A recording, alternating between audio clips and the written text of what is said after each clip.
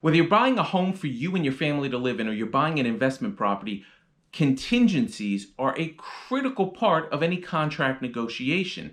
And right now, with these booming hot markets, record low inventory of housing options to even choose from, and a combination of pretty low mortgage interest rates that are still near record lows, well, a lot of people are waiving their rights to the traditional contingencies that would often be found in a contract to buy a piece of property.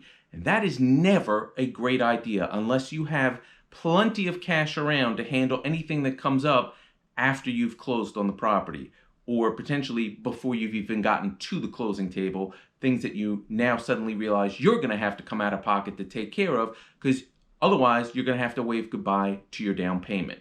A contingency in itself is an obligation that must be met, and if you can't meet it or the seller can't meet it, then you have the ability to get your down payment back and go find another house to buy or another investment deal to buy.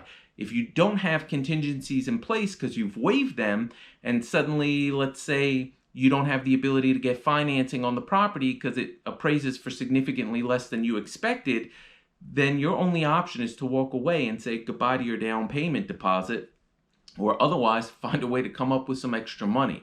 So in this video, we're going to review the most critical of the contingencies and why you should never be waiving them, what the benefits of those contingencies are, and what the potential risks and downfalls are if you don't have them in place. Welcome back to Confident Real Estate. I'm your host, JC. If you don't like losing money, then you are going to like watching this video, because we're going to give you some critical information that will help you negotiate the best deal possible for yourself. And because you know you're going to like it, you should really smash that like button right now. And if you're not a member of our growing Confident Real Estate family, you should probably also hit that subscribe button and become a member and follow us in the many topics that we cover that are here to help build your confidence as you go out into the real estate world and build your portfolio. All right, let's get into it. First up, the mortgage contingency. Unless you're coming to the closing table paying all cash, you're just going to write a check, you're going to cover the entire purchase price plus all the closing costs out of pocket. God bless you if you can do it. Then you're going to have to go and get a mortgage. And if you're going to get a mortgage, then you really should have a mortgage financing contingency in your contract.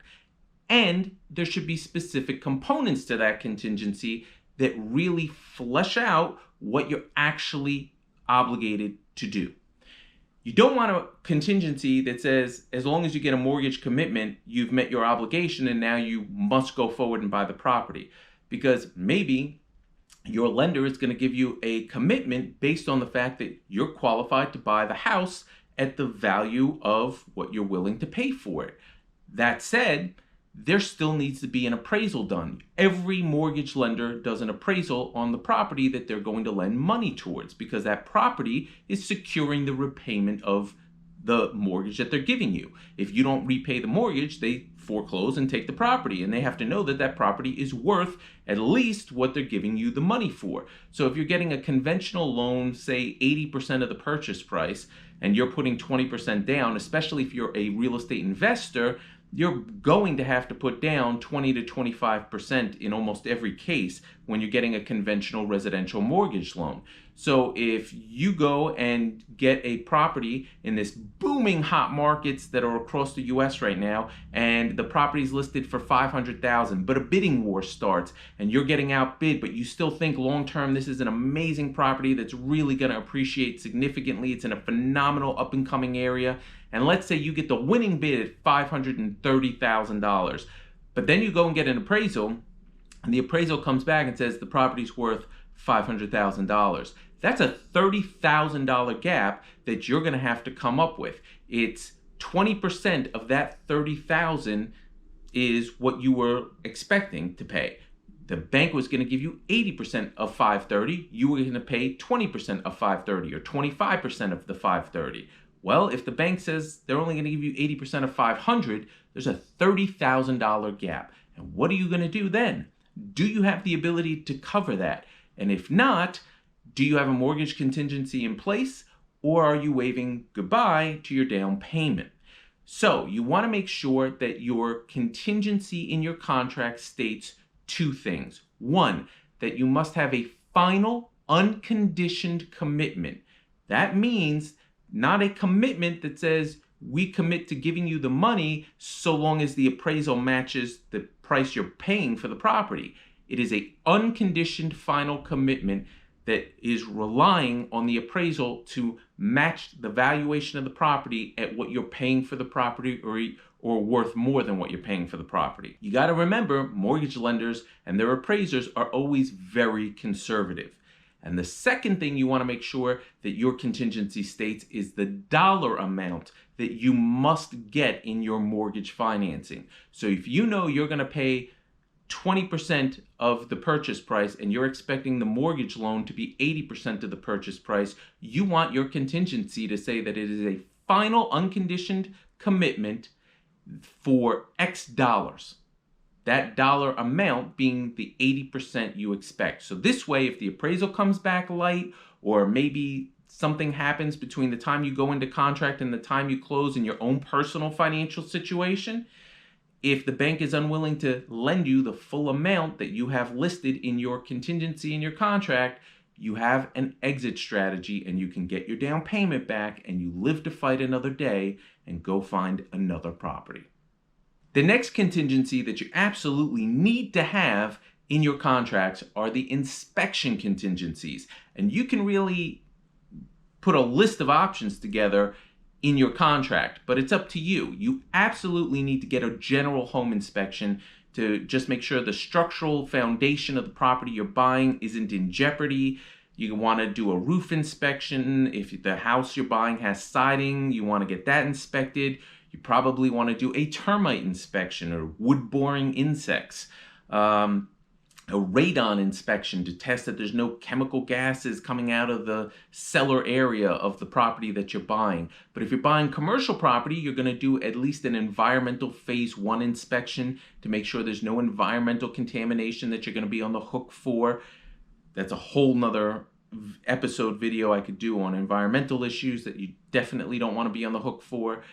But again, these are the types of things that you want to check out. You want to check out the mechanicals. Make sure that the water heater and the boiler and the HVAC system is in good shape. And if it's not, you want to know that now so you know what you're getting into. And either you carve out the inspection contingency in your contract to allow you to walk away for any reason whatsoever that you don't like the property based on what comes back in the inspection, or you identify certain issues or certain dollar monetary thresholds that if it exceeds that amount to replace things and fix things in the inspection, you have the right to walk away. Because the seller says, you say to the seller, hey, if I do the inspections and it turns out there's $10,000 worth of damage, you need to cover that. And the seller will come back and say yes or no, and you set a cap limit. Maybe the seller will say, I'll cover up to $5,000 of it. After that, I get to cancel the contract and give you your down payment money back, and I get to go walk away and find another buyer or choose to fix the problem myself. So those are things that you absolutely need to have, because a bad structural foundation in the property, or a roof that's caving in that needs to be redone, or major mechanical upgrades that are needed are very expensive, obviously. And you want to know about those on day one, and you want to have the ability to walk away from the deal and get your down payment back if it's just too much for you to handle. Lastly, and it's not really a contingency issue in a contract, it's pretty boilerplate standard stuff that's in most form contracts, but it's title matters. You want to make sure that you're getting title insurance whenever you buy a property, because you want to make sure there's no defects in the chain of title, which means that somebody's great aunt has a right to the property and they're going to come out of the woodwork in 5 years and say, hey, you're living in a property I have a right to own and I never sold it to you. And then you got to go through litigation. But more than that, you want to make sure that you're going to be able to get insurance on the property. You want to make sure that the certificate of occupancy for the property matches the current use that's being advertised. So if you're buying a 2-family home, make sure that the certificate of occupancy says that it is a legal 2-family home, and not that it's really a 1-family home that someone did some work on to make it a 2-family home, but legally it's still a 1-family home. That's a huge headache for you. You don't want to deal with that. So it should be in there anyway, but maybe you add a couple of extra provisions. I always do in my contracts. I add extra language that just clarifies the certificate of occupancy must match the current use that's being advertised for the property. And you have to attach a copy of it to the contract, seller. And you want to make sure that you're able to get title insurance. You want to make sure you can at least do a boundary survey. If you're buying commercial property, there's something called an ALTA survey. But if you're buying residential, typically you want a boundary survey just to make sure that the fence in the backyard doesn't encroach onto a neighbor's property, or vice versa, the neighbor's property is encroaching onto the legal lines of the property you're buying, because that could be an issue for you.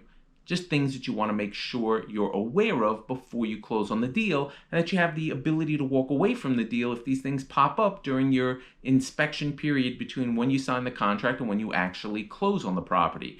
And most importantly, you want to make sure that you expressly obligate the seller to pay any monetary violations or fines that come up in a title search. If they haven't paid taxes in a while, they need to pay those at the closing table out of the proceeds that you're giving them for the purchase price. And your title company will be at the closing table to make sure they do that. The title company will take that money and pay it for you out of the proceeds. And the seller has to understand that and be agreeable to it. And again, in most form contracts, that's just the way it's stated. But I always make sure there's additional language in my contracts that really express that any monetary violations, fines, judgments, people who may have sued the seller and put a lien against the house that they own, those all have to be taken care of at the closing table. And if they come up and the seller tells you outright, I'm not taking care of that at the closing, you have something in your contract that allows you to walk away from the deal, get your down payment back,